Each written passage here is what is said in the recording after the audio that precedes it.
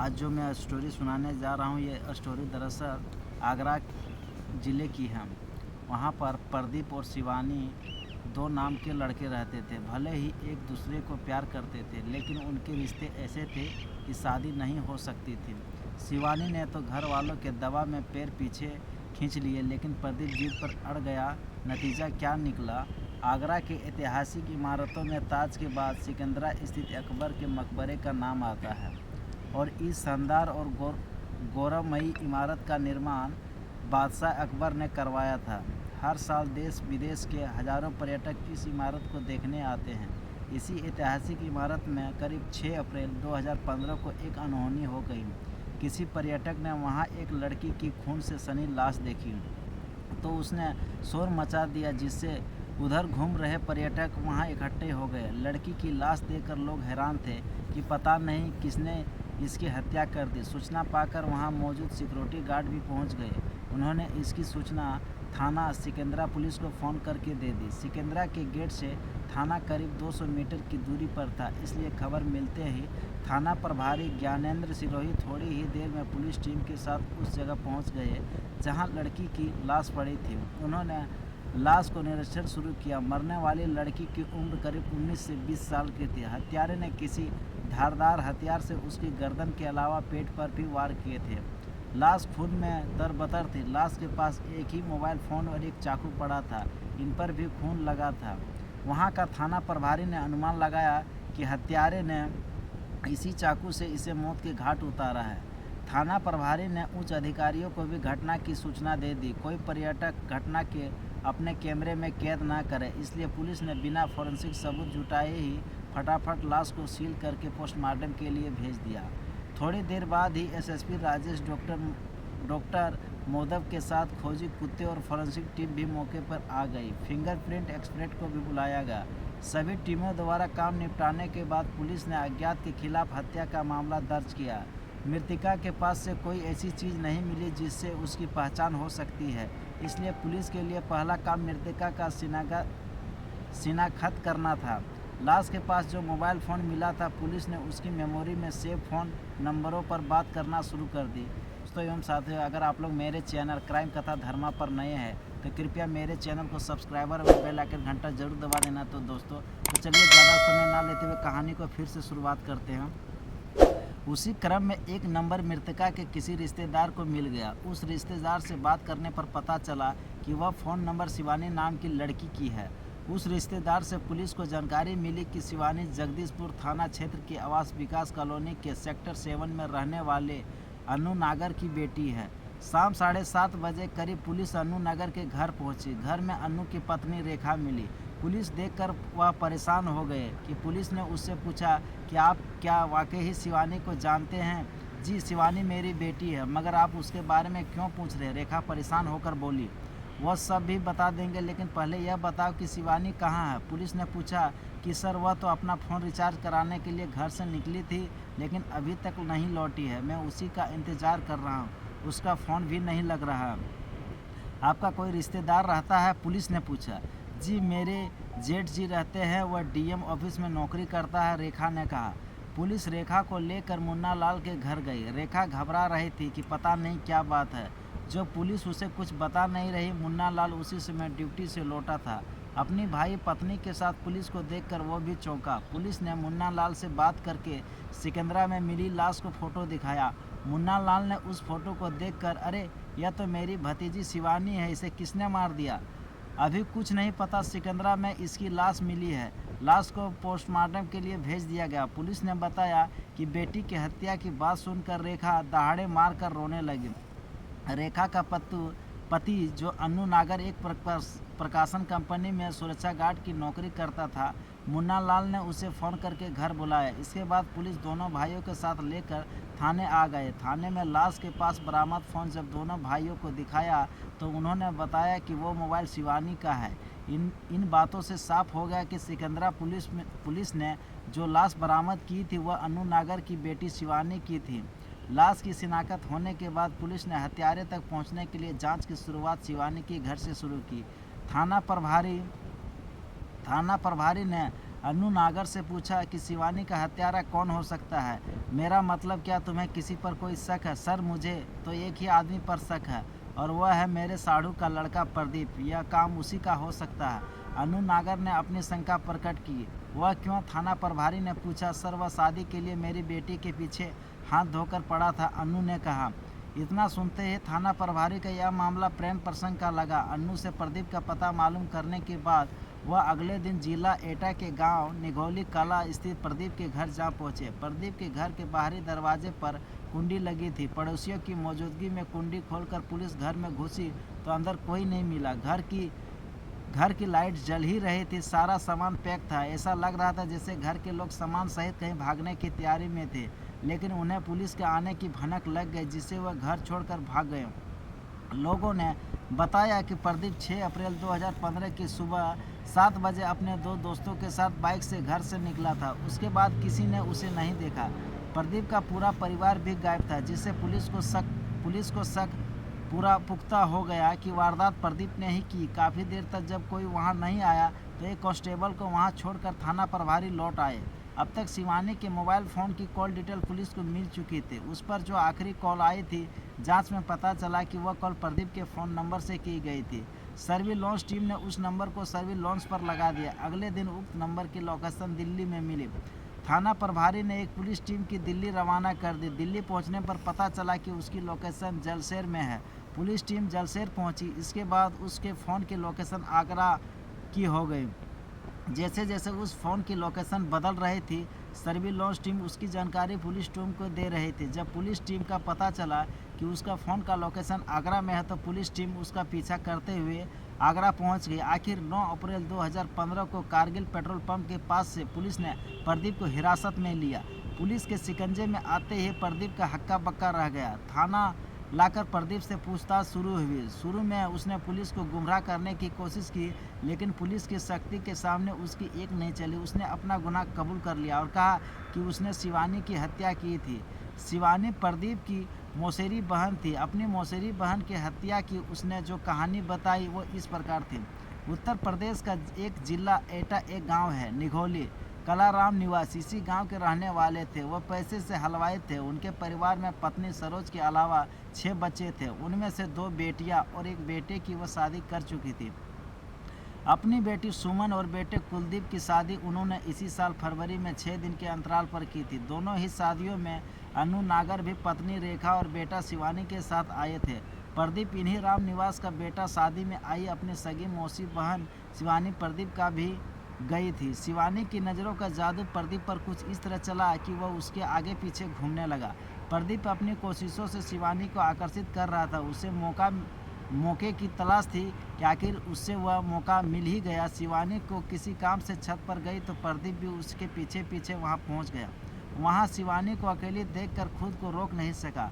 उसने कहा, शिवानी आज तुम कितनी सुंदर लग रही हो, तुम्हारे सामने सब फीके हैं। शिवानी ने शर्मा कर कहा कि भैया तुम मजाक बहुत अच्छे कर लेते हो। प्रदीप पास आकर बोला कि देखो शिवानी, मेरे तुम्हारी उम्र में ज़्यादा कोई फ़र्क नहीं, इसलिए तुम मुझे भैया कहने के बजाय नाम से बुलाया करो। अगर तुम कह रहे हो तो मैं नाम से ही बुलाऊंगा। तुम भी कभी आगरा आना, वहाँ बहुत से देखने लायक जगह है। तुम कह रही इसलिए ज़रूर आऊँगा। एक बात कहना चाहता हूँ कि यह ड्रेस तुम पर अच्छी लग रही। प्रदीप की बात सुनकर शिवानी हंसने लगी। 6 दिनों में शिवानी और प्रदीप की कई बार लंबी लंबी बातें एवं प्रदीप के मन में अजीब से भाव उमड़ रहे थे, जबकि शिवानी के लिए वह सिर्फ मौसेरा भाई था। शादी के बाद सारे मेहमान जाने लगे। प्रदीप के मन में अजीब सी हलचल थी, क्योंकि वह अभी तक अपने दिल की बात शिवानी से कह नहीं पाई थी। शिवानी के जाने से पहले वह उससे मन की बात कह देना चाहता था। मौके के इंतजार में वह शिवानी के इर्द गिर्द मंडराने लगे। जैसे ही उसे मौका मिला वह शिवानी का हाथ पकड़कर एकांत में ले गया। इससे पहले कि शिवानी कुछ समझ पाती, उसने कहा, शिवानी, मैं तुमसे प्यार करने लगा और मैं तुम्हारे बिना नहीं रह सकता। तुम तो यहाँ से चली जाओगे, लेकिन तुम्हारे बिना मेरा दिल नहीं लगेगा। प्रदीप की बात शिवानी को कुछ अजीब सी लगी, क्योंकि प्रदीप उसके मौसेरे भाई थे। वह उससे कोई जवाब वगैरह वहाँ से चली गई। अगले दिन शिवानी अपने माँ बाप के साथ आगरा आ गई। आगरा आने के बाद शिवानी की मनोस्थिति कुछ अजीब सी थी। शिवानी के जाने के बाद वास्तव में प्रदीप बेचैन हो गया। वह जब तक शिवानी को फ़ोन करके मीठी मीठी बातों से लुभाने की कोशिश नहीं करता, तब तक शिवानी भी उम्र की इस दहलीज पर खड़ी थी जहाँ भावनाओं और उमंगों के सैलाब दूर तक बहाकर ले जाने की कोशिश करता रहता था। अर्थात शिवानी का झुकाव भी प्रदीप की तरफ होने लगा। उसे प्रदीप अच्छा लगने लगा। एक दिन प्रदीप ने शिवानी को फ़ोन किया। वह आगरा आ रहा है। उसके आने की बात पर शिवानी खुश हो गई। उसका मन में प्रदीप से मिलने के लिए भी मन उमड़ने लगा। प्रदीप आगरा पहुंचा तो शिवानी के घर में बिना बताए तय जगह पर प्रदीप से मिलने पहुंच गई। वहां से प्रदीप शिवानी को ताजमहल ले गया। वहीं पर शिवानी ने प्रदीप की मोहब्बत कबूल कर ली। शिवानी और प्रदीप भले ही रिश्ते में भाई और बहन थे, लेकिन उन रिश्तों की एक नई सोच नए ज़माने के, इसलिए प्यार के नशे में वो अपने भाई बहन के रिश्ते भूल गए। प्रदीप ने तय किया कि वह शिवानी से ही शादी करेगा, लेकिन उसके सामने समस्या यह थी कि अपने घर वालों से मन की बात कैसे कहें। वह मसूरी बहन शिवानी की शादी करके अपनी दुनिया बसाना चाहता था। हालांकि वह जानता था कि दिल की बात जुबान तक आते ही परिवार और समाज में तूफान आ जाएगा, पर वह अपने उस दिल को क्या करता जो केवल शिवानी के लिए ही धड़क रहा था। अपनी दुनिया बसाने की गरज से वह दिल्ली जाकर शादी ब्याह में हलवाईगिरी का काम करने लगे। बीच बीच में वह शिवानी से मिलने आगरा आता रहा। एक दिन जब वह आगरा आया तो उसने शिवानी से कहा कि शिवानी, मैं चाहता हूँ कि हमारा यह प्यार एक नए रिश्ते में बदल जाए। मैं तुमसे शादी करना चाहता हूँ, इसलिए तुम अपने मम्मी पापा से बात कर लो कि तुम उनकी अकेली संतान हो, इसलिए वो तुम्हारी बात मान भी लेंगे। तुमने यह क्या कर रहे हो प्रदीप? बेशक तुम मुझे बहुत अच्छे लगते, पर मेरे माँ बाप इस रिश्ते के लिए हरगिज़ तैयार नहीं होंगे। वह सब बाद में देखेंगे। अभी तो हमें यह देखना है कि उनकी क्या राय है। मैं फ़िलहाल दिल्ली जा रहा हूँ, तुम फ़ोन करके बताना कि वह क्या कर रहे हैं। ठीक है, मैं कोशिश करता हूँ और देखती हूँ कि शिवानी ने जवाब दिया। प्रदीप तो चला गया, लेकिन शिवानी को कस में डाल गया। उसके मन में यही बात घूम रही थी कि शादी के बाद माँ से कैसे कहे। फिर हिम्मत करके उसने एक दिन अपनी माँ से कहा, मम्मी, प्रदीप मुझसे शादी करना चाहता है। बेटी की बात सुनकर रेखा की आंखें फटी की फटी रह गई। वह हैरान होकर बोली कि यह क्या कर रही हो कलमुही? वह तेरा भाई है और भाई बहन के बीच शादी कभी नहीं हो सकती। माँ की सख्त तेवर देखकर शिवानी सहम गई। दूसरी ओर रेखा चिंता में पड़ गई। उसने कहा कि आज के बाद तू प्रदीप से कभी भी नहीं मिलेगी, न उससे कभी बात करेगी। माँ का गुस्सा देखकर शिवानी कोई जवाब नहीं दे सकी। फ़ोन करके उसने प्रदीप से कह दिया कि मम्मी पापा इस रिश्ते के लिए कभी तैयार नहीं होंगे। तो देखो शिवानी, कोई माने या ना माने, शादी तो मैं तुम्ही से करूँगा। जल्द ही यह बात अपने घर में बता दूँगा। उसके बाद मेरी मम्मी तुम्हारी मम्मी को मना लेंगे, प्रदीप ने कहा। जब रेखा ने बेटी की बात अनु को बताई तो अनु ने शिवानी को डांटने के बजाय प्यार से समझाया कि बेटा, समाज ऐसे रिश्तों को कभी कबूल नहीं करता, इसलिए बेहतर यही होगा कि तुम उसका फ़ोन रिसीव ही मत करो। पिता की बात को शिवानी समझ रहे थे। वह कसमकस में फंस गई। अब क्या करें? एक और उसके माँ बाप थे तो दूसरी ओर उसका प्यार प्रदीप। आखिर उसने तय किया कि माँ बाप की इज्जत को ध्यान में रख कर वह प्रदीप से न मिलेगी और ना ही उसका फ़ोन रिसीव करेगी। दूसरी ओर एक दिन हिम्मत करके प्रदीप ने अपने माँ बाप से कह दिया कि वह शिवानी से शादी करना चाहता है। उसकी बात सुनकर पिता राम निवास हक्के बक्के रह गए। उन्होंने उसे डांटते हुए कहा कि तेरा दिमाग तो खराब नहीं हो गया? तू जानता है कि वह तेरी बहन लगती है, उससे तेरी शादी हरगिज नहीं हो सकती। लेकिन प्रदीप के सिर पर तो मोहब्बत का जादू चढ़कर बोल रहा था। उस पर पिता का समझाने का कोई असर नहीं हुआ। अपने प्यार के खातिर उसने अपने घर वालों से बगावत कर ली। उसने कह दिया कि वह हर हालत में शिवानी से शादी करेगा। अपने माँ बाप से बगावत करने के बाद शिवानी से बताकर प्रदीप ने शिवानी को फ़ोन किया, लेकिन शिवानी ने उसके फ़ोन को रिसीव नहीं किया। कई बार फ़ोन करने के बाद जब शिवानी ने फ़ोन रिसीव नहीं किया तो वह परेशान हो गया। उसके बराबर फ़ोन करने की बात शिवानी ने अपनी माँ रेखा को बता दी। रेखा ने एक दिन परिवार वालों को बुलाकर पंचायत की। सब ने प्रदीप को फटकारा और कहा उसकी जिद गलत है, बहन के साथ कभी शादी नहीं हो सकती। प्रदीप को लगा कि वो अकेला पड़ता जा रहा है। उसकी बागी मन में यह सोचकर परेशान था, उसकी खुशी में समाज को क्या लेना देना। सभी ने बहुत समझाया पर उसने फैसला अपना नहीं बदला। प्यार जब हद से गुजर जाता है तो जुनून बन जाता। उसने रात में ही शिवानी को फ़ोन किया। इस बार शिवानी ने उसका कॉल रिसीव करके साफ कह दिया कि वह घर वालों की मर्ज़ी के बिना कुछ नहीं कर सकती, इसलिए वह उससे शादी करने की बात भूल जाए। शिवानी मना तो मेरे घर वाले भी कर रहे हैं, लेकिन मैंने उनकी बात ठुकरा दी। मैं तुम्हारे लिए उन्हें भी छोड़ने के तैयार हूँ। अब तुम अपना कदम पीछे मत खींचो। प्रदीप, मैं एक लड़की हूँ, इसलिए मैं घर वालों के खिलाफ नहीं जा सकती। यह कहकर उसने फ़ोन काट दिया। उसी बीच अनु को पता चल गया कि शिवानी और प्रदीप के बीच फ़ोन पर बातें हुई, तो उसने शिवानी के मोबाइल को सिम तोड़ दिया। अब प्रदीप को शिवानी से संपर्क पूरी तरह से टूट गया। वह बहुत आहत था, उसकी हालत जख्मी सिर से हो गई। एक दिन उसने शिवानी के पिता अनु को फ़ोन करके धमकाया कि अगर उसने शिवानी को शादी मेरे अलावा किसी और से कर दी तो वह शिवानी को मार डालेगा। अनु प्रदीप की हरकतों से परेशान था। उसने तय किया कि वह जल्दी ही बेटी की शादी करके प्रदीप से अपना पीछा छुड़ा लेगा। पिता को परेशान देखकर शिवानी ने उनसे वादा किया कि पापा, अब परेशान ना हो, अब मैं प्रदीप से कभी भी बात नहीं करूँगा। बेटी पर विश्वास करते हुए अनु ने उसे नया सिम कार्ड ला कर दिया।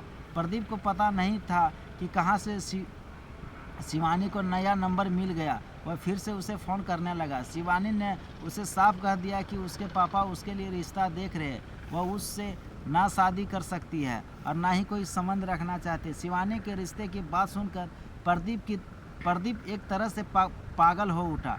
उसका किसी काम में मन नहीं लग रहा था। वो गुस्से से उबलने लगा। इसके बाद उसने कई बार कोशिश की कि वह शिवानी से मिलकर अपने दिल के हाल बताए, लेकिन शिवानी उससे मिलना नहीं चाहती थी। प्रदीप समझ गया कि शिवानी उसे दगा देगी। उसने तय किया कि वह शिवानी को किसी और को नहीं होने देंगे। अगर वह नहीं मानी तो वह उसे छोड़ेगा नहीं। प्रदीप के दिमाग पर शैतान बैठ गया। खून उसके सिर पर सवार हो गया। उसने 5 अप्रैल को एक तेज धार वाला चाकू खरीद कर रख लिया। इसके बाद उसने शिवानी को फ़ोन करके कहा कि शिवानी, चलो मैं ही तुम्हारी बात मानकर अपना रास्ता बदल लेता, पर एक बार तुम मुझसे ज़रूर मिल लो, बस आखिरी बार हमारे प्यार की खातिर। शिवानी मौत की दस्तक से अनज्ञान था, इसलिए उसने कहा, ठीक है, जब तुम इतनी जिद कर रहे हो तो मिल लूँगे। प्रदीप ने मिलने के लिए सिकंदरा बुलाया। शिवानी माँ से मोबाइल रिचार्ज कराने के बाद कहकर अपने घर से निकली। वह सीधे सिकंदरा पहुंची, जहां प्रदीप उसका इंतजार कर रहा था। शिवानी प्रदीप को देखकर मुस्कुराई, मगर प्रदीप ने नज़र फेर ली। शिवानी ने पूछा, कहो क्या कहना है, क्या सारी बातें यहीं कर लोगे? अंदर चलते प्रदीप, मुझे जल्दी घर जाना है। शिवानी बोली, ठीक है, चली जाना। प्रदीप ने लापरवाही से कहा, कुछ देर बैठकर बात तो कर लेते हैं। इसके बाद सिकंदरा के अंदर जाने के लिए उसने 10-10 रुपये के टिकट खरीदे। टिकट लेने के बाद उसने इधर उधर देखा। गेट के पास बिल्कुल सुनसान था। वहां शिवानी को लेकर उधर आ गया और एक पेड़ के आड़ में बैठ गया। वहां से मेन गेट करीब 100 मीटर दूर था। शिवानी सामान्य थी, पर प्रदीप के शैतानी दिमाग में कुछ और ही चल रहा था। प्रदीप ने कहा, शिवानी, अब बताओ कि शादी के बारे में तुम्हारा क्या ख्याल है?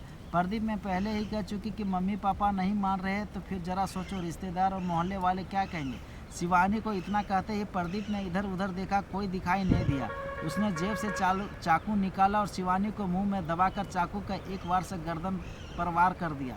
मुंह बंद होने से शिवानी चीख भी नहीं पाई। उसकी आंखें फटी की फटी रह गई। प्रदीप ने 5-6 बार उसके पेट में वार किए। कुछ ही देर में उसकी मौत हो गई। उसने चाकू वहीं फेंका और तेज़ी से मेन गेट से बाहर निकल गया। इसके बाद एक अज्ञात पर्यटक की नज़र शिवानी की लाश पर पड़ी, तो उसने वहां घूमने वाले अन्य लोगों को वहां लाश दिखाई। इसके बाद वहां तैनात सुरक्षा गार्डों की लड़की की लाश पार्क में पड़ी होने की जानकारी मिली, तो वह घटनास्थल पर पुलिस को सूचना तुरंत दे दी। प्रदीप से पूछताछ करके पुलिस उसे न्यायालय में पेश किया, जहां से उसे जेल भेज दिया गया। परेशान करना या हैरान करना नहीं है। तो मिलते हैं एक नई वीडियो में एक नई स्टोरी के साथ। तब तक के लिए जय भारत, जय Hind. Thanks for watching. Vande Mataram.